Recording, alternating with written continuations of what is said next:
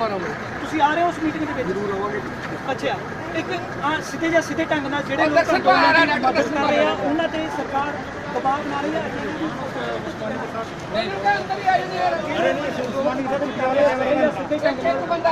ਪਤਾ ਹੈ ਨਹੀਂ ਚਲਾਏਗਾ ਜਿਹੜੇ ਲੋਕ ਸਿੱਧੇ ਢੰਗ ਨਾਲ ਮਦਦ ਕਰ ਰਹੇ ਆ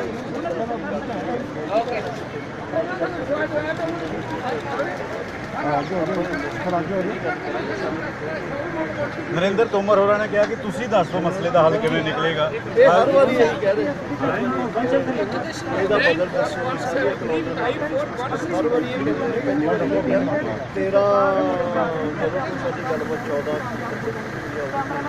अगली मीटिंग की जथेबंदियां जाएंगी। मीटिंग से ਅਸੀਂ ਜਾਵਾਂਗੇ, ਸਾਡੀ ਸਲਾਹ ਨਾਲ ਹੀ ਰੱਖੀ ਹੈ 19 ਤਰੀਕ ਨੂੰ 12 ਵਜੇ 19 ਤਰੀਕ ਨੂੰ 12 ਵਜੇ ਫਿਰ ਮੀਟਿੰਗ ਰੱਖੀ ਹੈ। ਲੇਕਿਨ ਮੈਨੂੰ ਇਹ ਲੱਗਦਾ ਕਿ ਮੀਟਿੰਗ ਆਫਟਰ ਮੀਟਿੰਗ ਦਾ ਦੌਰ ਹੈ ਜਿਹੜਾ ਜਿਹਦੇ ਵਿੱਚ ਸਟਰਗਲ ਦੇ ਵਿੱਚ ਲੋਕਾਂ ਦੀ ਗੁੱਸਾ ਵੱਧਦਾ ਜਾਂਦਾ ਹੈ। ਸਰਕਾਰ ਤੇ ਇਹਦਾ ਪ੍ਰੈਸ਼ਰ ਬਣ ਰਿਹਾ ਤੇ ਬਣੇਗਾ। ਮੈਨੂੰ ਲੱਗਦਾ ਕਿ ਸਰਕਾਰ ਨੇ 26 ਤੋਂ ਨਹੀਂ ਪਹਿਲਾਂ ਤਾਂ ਉਸ ਤੋਂ ਬਾਅਦ 26 ਤੋਂ ਬਾਅਦ डॉक्टर दर्शनपाल होਰਾਂ ने दस्सिया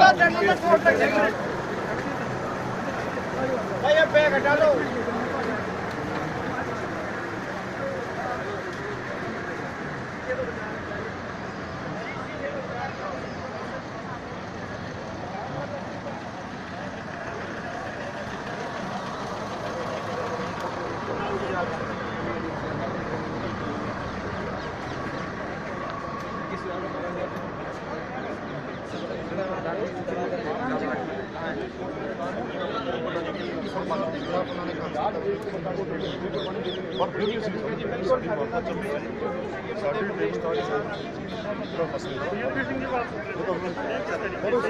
रास्ता नहीं निकला, लेकिन आगे भी बैठकों का दौर जारी रहेगा। कैमरामैन आज से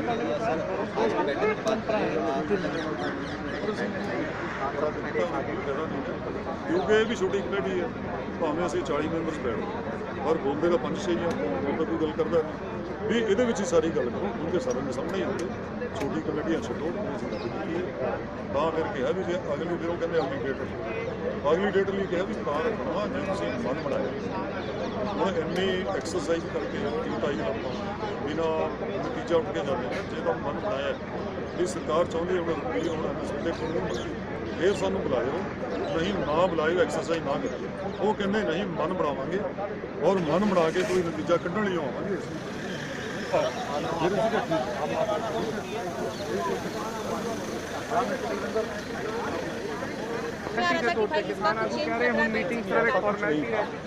मीटिंग चो सिट्टे नहीं निकल के आ रहे ने, मीटिंग चो सिट्टे नहीं निकल रहे ने।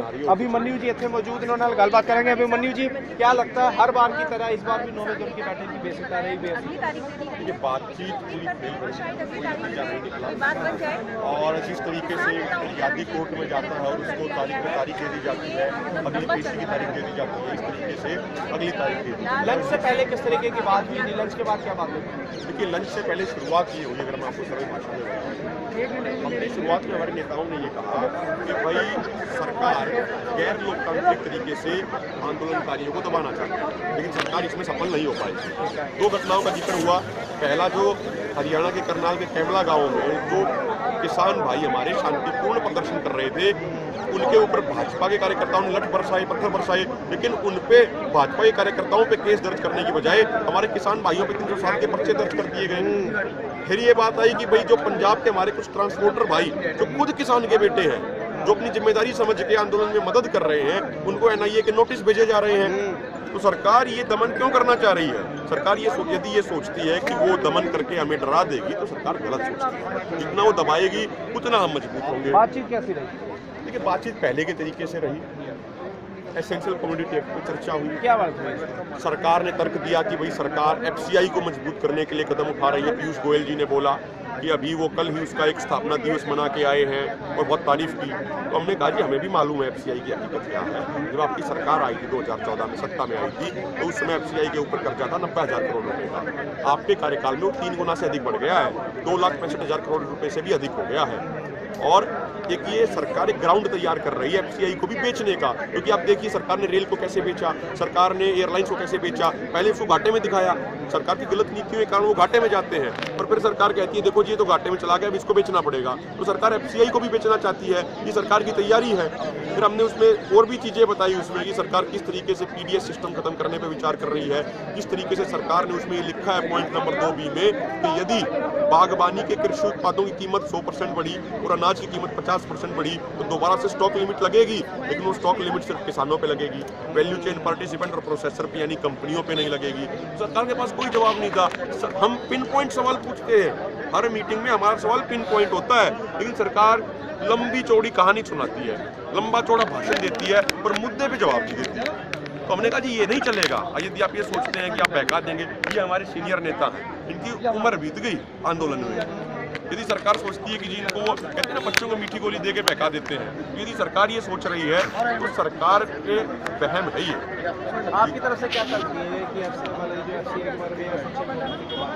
मैंने आपको बताया कि भाई ये देखिए यदि एफसीआई को यदि इन्होंने बेच दिया तो जो शांता कुमार कमेटी जो खुद बीजेपी के नेता हुए, शांता कुमार कमेटी की रिपोर्ट क्या कहती है कि भाई देश को जितनी अनाज की जरूरत है सरकार मात्र 15 से 20% ले। ये उसी एक पूरे षड्यंत्र का तो हिस्सा है, ये सारा अंबानी अडानी को सौंपने का हिस्सा है, ये उसी षड्यंत्र के तहत ये चल रहा है। फिर हमने बताया कि भाई 2017-18 में एफसीआई को सरकार ने बजट में एलोकेटेड जो पैसा होता था वो देना बंद कर दिया। आज के दिन हालत ये है कि जो नेशनल स्मॉल सेविंग फंड है उसमें से 1,91,000 करोड़ रुपया एफसीआई को दिए गए। तो एक तरीके से पूरा सिस्टम कलेक्ट कर जाएगा जो सरकार ये कानून बना रही है। फिर उसके बाद ब्रेक के बाद एमएसपी पे चर्चा हुई। हमने कहा जी आप एमएसपी पे चर्चा कीजिए। सरकार ने कहा जी हम लिखित में देने को तैयार हैं। हमने कहा आप गुमराह कर रहे हैं देश को, हम ये नहीं कह रहे हैं जो आप बात कह रहे हैं। सरकार कह रही है कि जो अब तक एमएसपी पे खरीद होती आई थी वो आगे जारी रहेगी, इसको लिखित में दे देंगे। हमारी मांग ये है ही नहीं, हमारी मांग है जिन 23 फसलों का एमएसपी सरकार तय करती है उनको एमएसपी पर खरीदे जाने की गारंटी का कानून बने, सभी की 23 फसलों पे। उसमें सरकार के पास कोई जवाब नहीं था। सरकार ने फिर हमसे पूछा कि आपके लिए कौन सी मांग इंपॉर्टेंट है, तीन कृषि कानून रद्द कराना इंपॉर्टेंट है या एमएसपी गारंटी कानून लागू कराना इंपॉर्टेंट है। हमने कहा हमारे लिए दोनों मांग इंपॉर्टेंट है, 3 कृषि कानून रद्द होने चाहिए, एमएसपी गारंटी कानून बनना चाहिए। ठीक है, उससे नीचे कोई सहमति नहीं बनेगी। सरकार ने कहा जी कि अगली जो तारीख है उसमें दोनों मुद्दों पे चर्चा। अब 19 को बात होगी अगली। हाँ 19 तारीख को 12। ठीक है जी। अभी हमारा आंदोलन तो बिल वापसी का है। वजह क्या है राकेश जी साहब, कमेटी के सामने नहीं जाने की जाएगा कोई कोर्ट में विश्वास क्यों नहीं है? अरे हमें तो कोर्ट में तो विश्वास है, कोर्ट में पूरा विश्वास है, 100% विश्वास कोर्ट पे है हमें। उम्मीद जताई है उन्होंने। हाँ, जताई तो